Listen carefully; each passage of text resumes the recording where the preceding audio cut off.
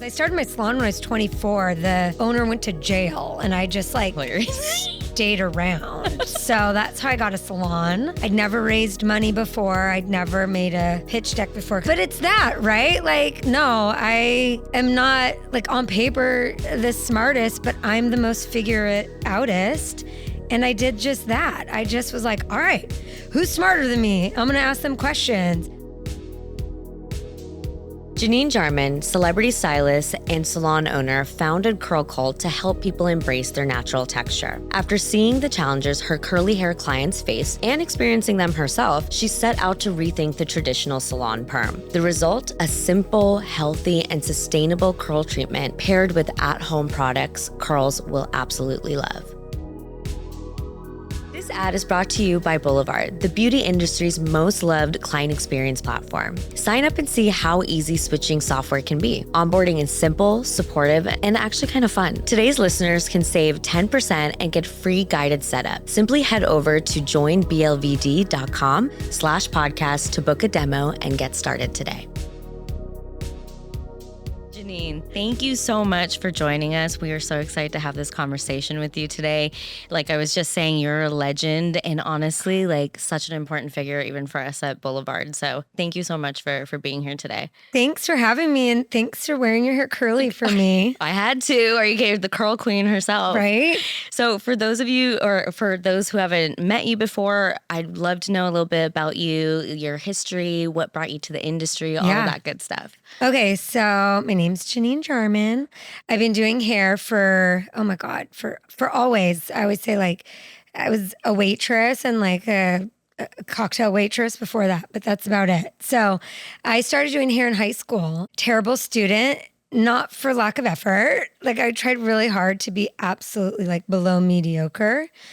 And hair found me. I'd wear my hair in big tousled updos. It was the late 90s. So, think Pamela Anderson. Yep. But I would wear that to school every day. Really, real casual. And a girl took notice and was like, hey, will you do my hair like that for homecoming court? I think she was nominated. And and I still know her name, Yvonne Piercy. She asked me to do her hair. I did her hair. And I worked at a bikini shop at the time. She came during my break. I did her hair in the dressing room with my caboodle. And that was it. I was like, oh shoot, I love this. And it wasn't even just the hair part of it. I loved the surprise and delight, the day making part of it, of how happy she was. And then I loved the business building part of it because then she got all of her friends that then for the dance the next day wanted me to do their hair. So your first referral. There we go. I love it. And I do it for the referrals. I really do. And and it took off from there. I met a best friend who did everyone's makeup at the time and we teamed up. She's still my very best friend. Love that. She's a librarian though now, not a makeup artist. Makeup. She's not doing makeup Fast with forward. The books. No. But that's how I got my start. And I went straight to beauty school and I knew I'd been so lousy at everything my whole life until I was a teen that I was so excited to finally be good at something. I'd never done a sport, never done nothing.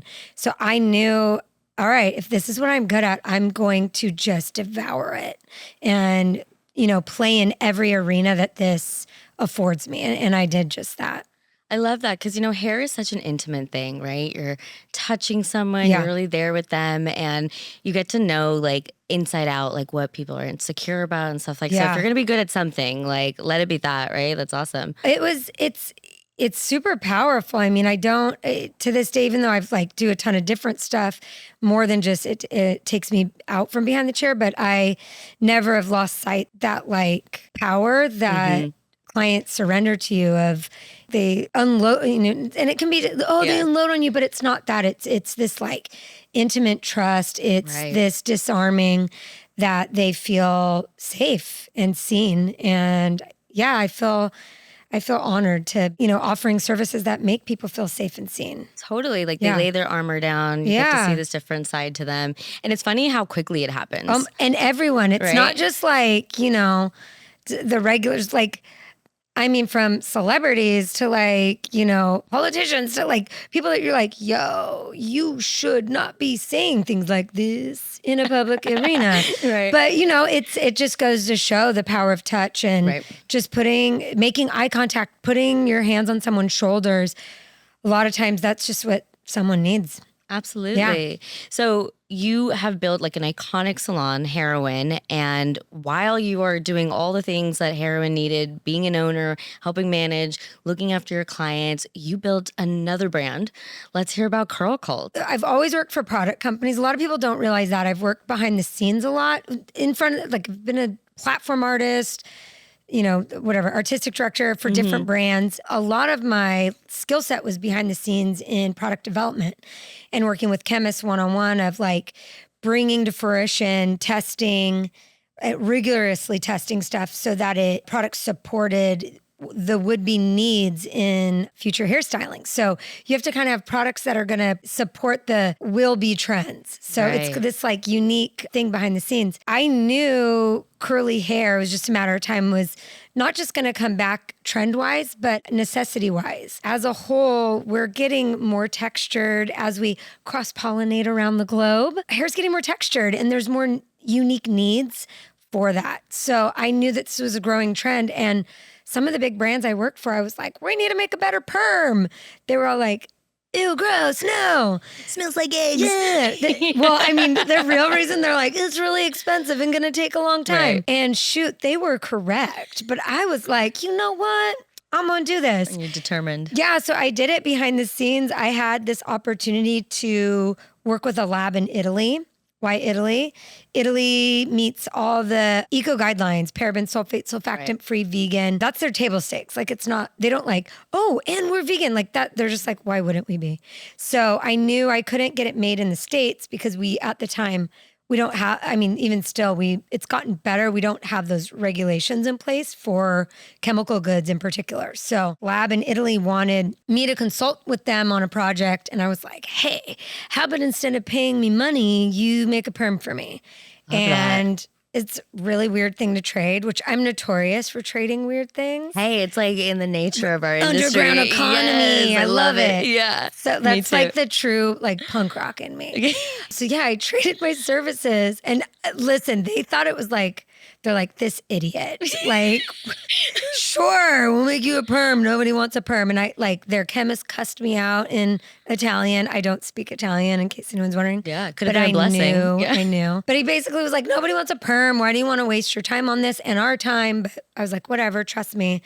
And it took me 5 years to land on a formula that hit all the benchmarks that perms, safe, clean, smells better, less steps, and infuses protections. So it's a texture treatment, if you will, and with less steps. And it's unique enough that I got a patent. Love that. Congrats. She has a patent. Look at you. Like, it's probably one of my proudest thing. And it's just like one of many. I'm going to be like, the mop and glow we'll bury lady. you with the patent. Yeah, like right on top. seriously. Perfect. Please just put that on my gravestone, my patent numbers. Patented. Yeah. I launched that. I was working on it behind the scenes, and then 2020 happened, and I had a salon in Hairroin in New York and Hairroin in Los Angeles, and wouldn't you know, I found myself out of work for the first time in my life. And I was like in the two worst cities in 2020.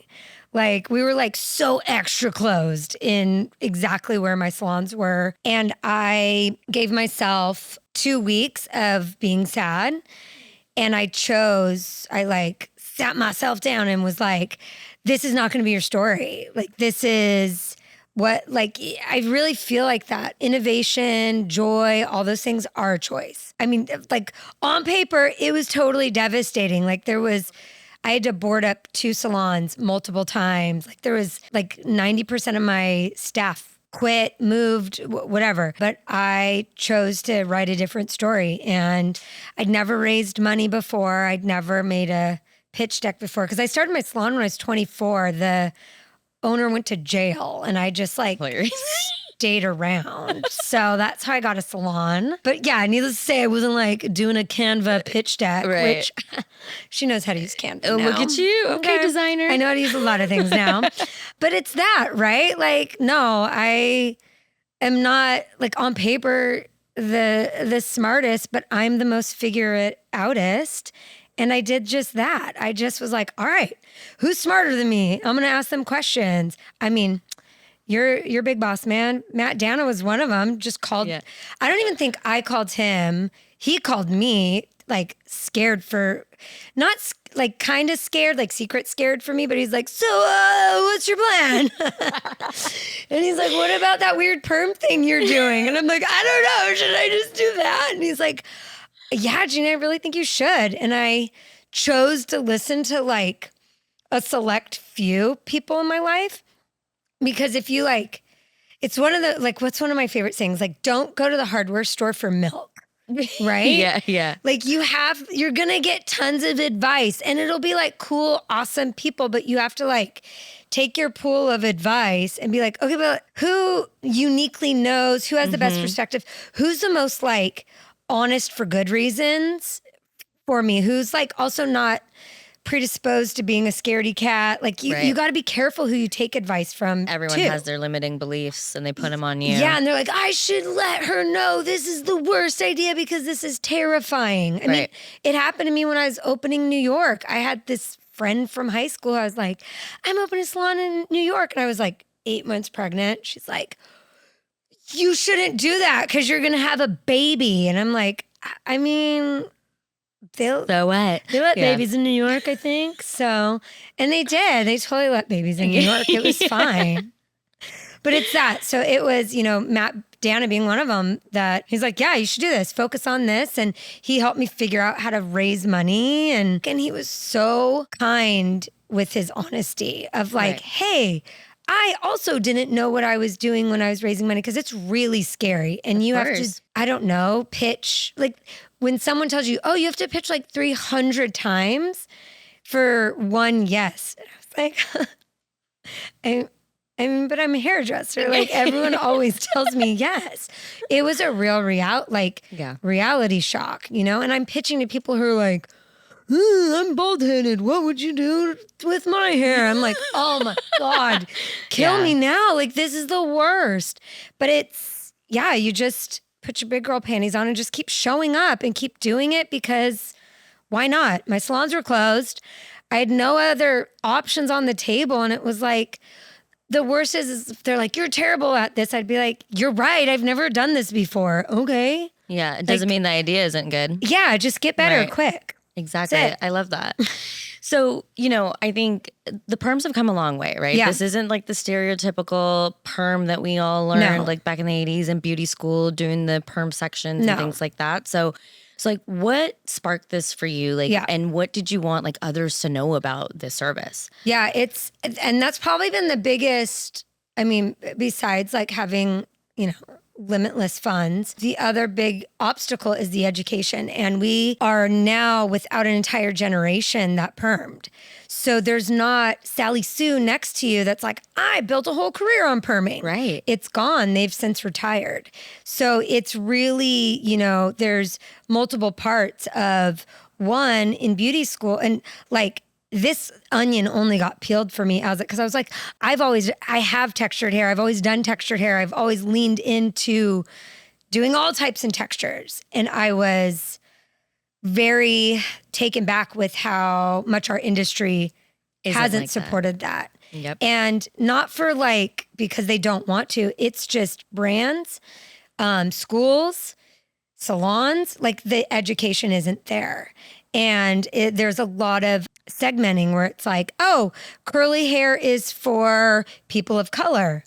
Or, or if you have like any kind of texture, then we're just gonna smooth it or curl it with a curling iron. There's a lot of like conform or else going on in our industry. And I'm okay. I'm up for that challenge. I realized that I thought, I'm going to teach everybody how to get plumped on perming and like gentler, easier, softer way to perm hair and create texture. But I found out quickly that wasn't enough. It was also, oh shoot, you need to know how to cut curly and textured hair. Okay, you also need to know how, like, because I have curl supportive products. I'm like, right? Because you all need lightweight curl products. And they're like, how do we use them? And I'm like, oh my God, we have to teach all the things.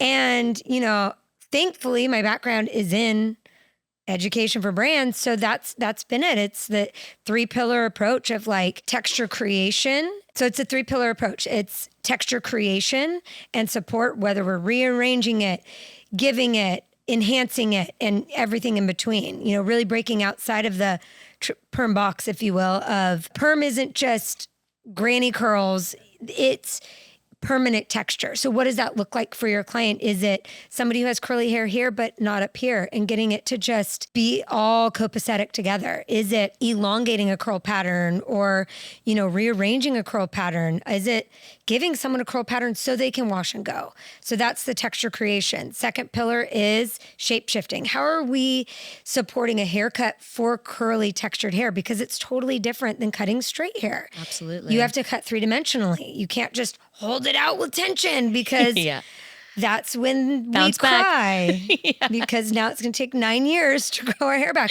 Right. And that too, these microaggressions of like, I get it. I get why hairdressers don't want to cut curly hair, because they're like, the last time I did it, that person, you know, put a hex on me because I did it wet and pulled the hair, you know, like, because there just isn't access to like, hey, this isn't harder. This is just different. And here's a straightforward approach to how to do it. And then the other part is styling and supporting it from, you know, for them at home through products. And how do we diffuse dry? What products do we use, when and why? And how do we apply them? You know, was a foreign concept for a lot of stylists as I'm teaching them, like, oh, you put curly hair products in wet.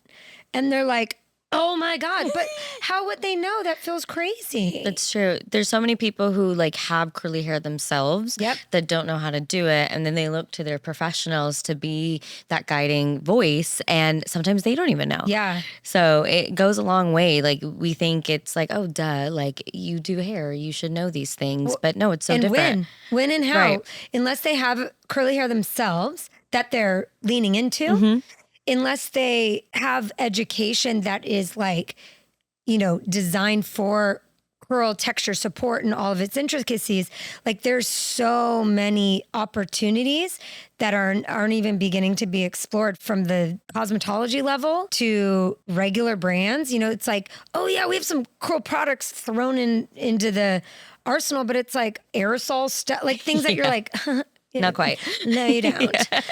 You know, so I hope to be that brand more than just like, I knew the perm was just the start, because that was a big part of it. How do we get texture to be easier for a client instead of trying to always erase it? That's not my goal. I want somebody to be able to lean into it and to have an easier time with it at home and let texture make their hair easier. I love that. How do we get now hairdressers on board to not think of doing curly and textured hair as a specialty, but as just another tool in their tool belt? Right. It's just hair. Yep. All of it. Yep. Are you a beauty pro who loves what you do, but not the admin part? Boulevard's got you. From seamless online bookings to streamlined workflows and built-in revenue boosters, Boulevard is the easy-to-use platform that works as beautifully as you do. For tuning into today's podcast, you can save 10% and get free guided setup. Head to joinblvd.com/podcast to learn more and get started today. So you touched on it a little bit, like talk to us a little bit about the education. Like, so what does that process look like? How does someone start? How do they get better at it? Yeah. Like, we'd love to pick your brain on that. For me, it started with, I really looked at the landscape of what's out there right now. And I found a lot of the curl education was skewed to very curly hair. And a lot of it was really expensive. So I think for Curl Cult, I welcome all the education. Like, it's all important, but the white space I saw that we could offer. And as a salon owner myself, stylist, I was like, all right, for my perm, you know, and it was funny, like investors were like, we should be charging for this. I'm like, nah, I want people to know how to use the product for free correctly. Yeah. So I did an online certification. So to use our perm system, you have to get certified. It takes like 20 minutes and you're good to go. There's a barber certification and a cosmetology certification. And then from there, we have different sets. I design all of the perm sets to complement get corresponding haircuts too. Very cool. Because that's really what we're doing. It's like we're designing into the finished look. The look. Yeah. I love that way of thinking. Yep. I feel like people hyperfixate on like one part of service and then Yeah. like the complete look doesn't quite feel complete. Yeah. Well, I think too, we're moving as an industry with more independent stylists. There's going to be a lot less specialties as far as like, I only cut, I only color. Once you start working for yourself, you quickly, don't want to run the risk of sending your client somewhere else to get something else. Cause also too, the flip side of that, convenience has become increasingly of higher importance in beauty. So I think knowing how to leverage someone's texture is going to just be a better opportunity for you to connect with your client deeper, expand opportunities for clients referring you business, and less likely for them to leave. Because once you get somebody to like really know how to leverage their texture, they're yours for life. Curly hair clients are the most loyal. I still have people flying in, and I'm always offering, because I work once a week if I'm lucky behind the chair, and I'm like, please just let me get on a Zoom call with your client in Texas. I will show her how to do this. Yeah. I have an online certification. They're like, nah, I'm good. I'll fly to you. So I think, devouring any education you can is really important. There's plenty of free stuff out there so you can comfortably begin your journey and then begin to pay for stuff as you see fit. I love that. Yeah. And you touched on it a little bit where you mentioned you have a certification for barbers as well. And I think this has been a huge service in this industry. So can you talk a little bit about your relationship to that? I think for barbers, we have such business savvy barbers out there, really deeply talented. And as the trends shift, like we're seeing a lot of shifting towards medium textured hair or medium length hair, textured hair, a lot of men's curly hairstyles, that need a perm to actually get that look. It's not realistic to be like, oh, and then you're going to curling iron this every single day, right? Even with the longer lanes, even if you have curly hair, busting out any type of hot tool every day is like insanity, if you ask me. It's really damaging on your hair, if I'm being perfectly honest. Like the fact that we're like, and you should heat style your hair every day.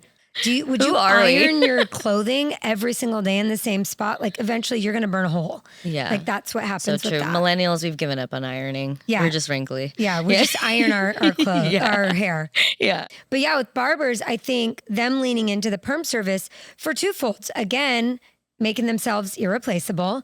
2, giving themselves a raise. If on average, if you do 2 texture services, like 2 perms a week, you stand to make anywhere from $20,000 to $30,000 in the course of a year. That's a huge difference. Huge. Yeah, and that's not that many additional services on the year. In some areas of the country, down payment on a house difference. Yeah, absolutely. Yeah. Just focusing a little bit on Hairwin, your salon's always had an edge, and of course you bring that same energy to Curl Cult as well. How do you come up with these concepts, your branding ideas and everything, and really how do you differentiate, whether it be Hairwin or Curl Cult? I love this industry and I love to celebrate our uniqueness, and our hairdressers in my heart are who we look to for trend, who we look to for individuality. I think always been true in society. Hairdressers are always the tastemakers. I mean, I'm going to sound like, ugh, but let's hear it. I just sometimes hate what big businesses have done to beauty and homogenized it and made it so safe and sleek and boring. Yeah, so boring and nothing that speaks to you as the individual. It's just get in line, everybody drink a glass of milk and we're all the same. Feels so boring. Mm-hmm. And that was especially for Curl Cult. Well, Hairwin, I called it that. A friend of mine thought of the name, and it came to her in a dream because I took the salon over and I took it overnight over. So I had to change the name quickly. And she's like, all right, I'm going to tell you what the name is, but you have to promise to name it this because it's too good. And she told me, and I was like, oh my God, that's the worst. I can't name it that. But I would never break a promise. So I was like, all right. And the fact that I was 24, opening a salon or taking over a salon in LA where there was a salon on every corner, it was hate it or love it. you remember it. You do. You know, so I think I'd always rather err on the side of being unforgettable than safe. Yeah, take the risk. Yeah. I 'Cause love it's that. like, it's easy to be safe. For curl quote, same thing. I think, you know, feminist in me and the crazy hair lady, Yeah. like being told that it's like, oh, curly hair is unprofessional. Like as a brand, I want us to celebrate taking up space in the beauty space and like leaning into texture and using it as a vessel of anarchy and just being like, no, we will not conform to your beauty standards. We will have easier ways of styling our hair and we'll celebrate individuality through, you know, some products that really speak to us but are here to support us, not conform us. Not break us down. I know. I love that because I actually had to I had my own journey there with that because I spent, you know, I was like well into my 30s when I actually felt comfortable wearing my curly hair in professional spaces, we'll call it. Isn't that crazy to say out loud? Yeah. Yeah. And we didn't even have the consciousness. Look at this of hair. it. And I was hiding it the whole time when I had to be like a grown up. Yep. Right. So no, I hear you. Like there's definitely some things I had to unlearn while like accepting this, you know? So I do appreciate brands like yours and really where beauty's going, where it's like embracing what you have and let's make it better, make you feel more comfortable in it versus like, oh, what you have isn't good. We're going to make you good and make you the opposite of what you actually are. Yeah. And damage your hair into submission is like, I grew up in Huntington Beach in my high school years and was like mortifying to every hairdresser that I walked into. They're like, oh, this hair is so crazy. Just because it wasn't blonde and straight. I'm like, okay, I don't, you know, my mom wore the shortest haircut ever because her hair's even crazier than mine. And I vowed to not make anyone feel like that when I became a hairdresser. And yeah, I was like, no, my hair's not crazy. I just don't know how to do it. And I need someone to show me. Yeah. And I mean, it wasn't until I honestly became allergic to hair color with my first kid that I was like, oh, I think I'm going to just start wearing my hair curly because I was experiencing increased allergies. And, you know, same with why I wanted to make clean products because it's like, I don't think we need to cause cancer while we're doing this either. Weird, you know, call me crazy. Not just for the client, but like the stylist actually doing the service too. Like, and I know you mentioned it when you were talking about developing your product. We don't have those standards here in the US. We don't. Yet we have like a full market of consumers who want this. Yeah. It's hard, right? It's like that cart before the horse. When I went to the labs, because obviously I wanted to do it in the US if I could, it's a lot. Yeah, of course. Easier and same language and more affordable. But no, a lot of the labs were not interested in even taking me on because they're like, the demand's not there. And it was like, wow, the demand, like you have to wait till your hands forced into making things that are better, like safer. Yeah, no, that's not okay. So it's, you know, the demand thankfully is growing. We have much more discerning consumers and I have faith in US produced goods. I'm going to start producing some of my stuff here. I was able to find labs that it is important to them, but it should be important to all of us. I think, you know, there's been so many things and more recently too, class action lawsuits and stuff we're finding out that things have really damaged a lot of hairdressers. And it's on us to demand better and push for brands that give it, honestly. No, that's absolutely true. Like the last thing we want is like the most creative, fun people in our lives, which has been like all the salons, all the hairdressers, and now they're all getting sick because of all the services and products we've all demanded. Like that's heartbreaking, you know? It doesn't even make sense. It's like even deeper and sadder is that we often are a marginalized community because, you know, all of us don't make $500,000 a year and can afford an attorney if something goes wrong or can afford to turn away a smoothing client, you know? You have stylists that built a career on that. And these are really hard choices of like my health or, you know, being able to pay my rent. So we shouldn't have to make those hard choices. Those should have upfront been figured out. Yeah, I love that. Janine, I know you're very conscientious of the experience a client has within your salon, a staff member, someone who's, using any of your products, all of that. So I would love to like understand from your perspective, like what does the client experience mean to you, whether it's in your own business or another? I would love to hear your take on that. Main pillar of both my businesses is easy to do business with. I never want to lose sight that I'm absolutely in the customer service business. From when I was a waitress to now, I think it is just as important, and I'll use the term again, to surprise and delight wherever I can. I love that. I want to meet clients wherever they're at in their hair journey. No one has bad hair, and sometimes it's maybe not today, but let's figure out how we get there in your hair journey. Yeah. And also to just, what can I do to make your hair easier at home? That's always been my goal. And that really, if you were to ask me what was the one thing that inspired me to like really lean into making a better perm, it was that. It was clients that were like, had flat hair or this, or, and really did not have the skill set or the means to curling iron their hair every day, which, but I hate to break to you, is most people. So they just get their hair blown out and it looks great when I do it. And then they're like, oh, I'm just going to wear it in a messy, crappy bun for the next 6 weeks.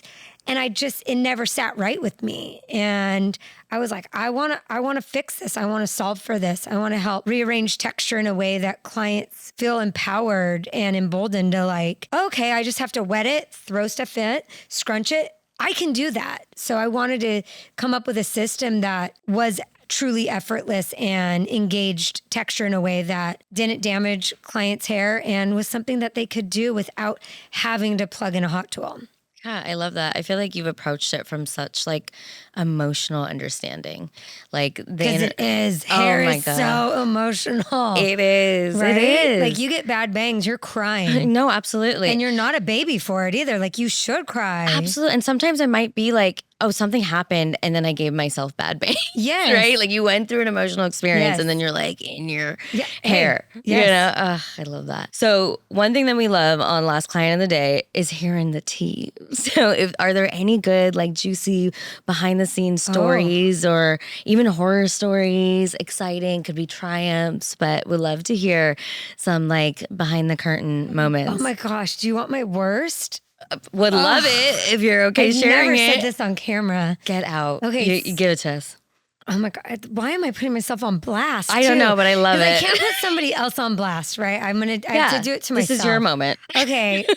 So what brought me to LA, I was the hairdresser to the Pussycat Dolls. Oh, fun. So okay. before I started with them when they were a burlesque troupe. So like 15 people deep. Me and this other hairdresser would do the 2 hairdressers and 15 people. And then they like turned into a pop group that we all know and love. We were still their hairdresser. But on one of the days, I was doing Nicole Schershinger's hair, which she just won some award for.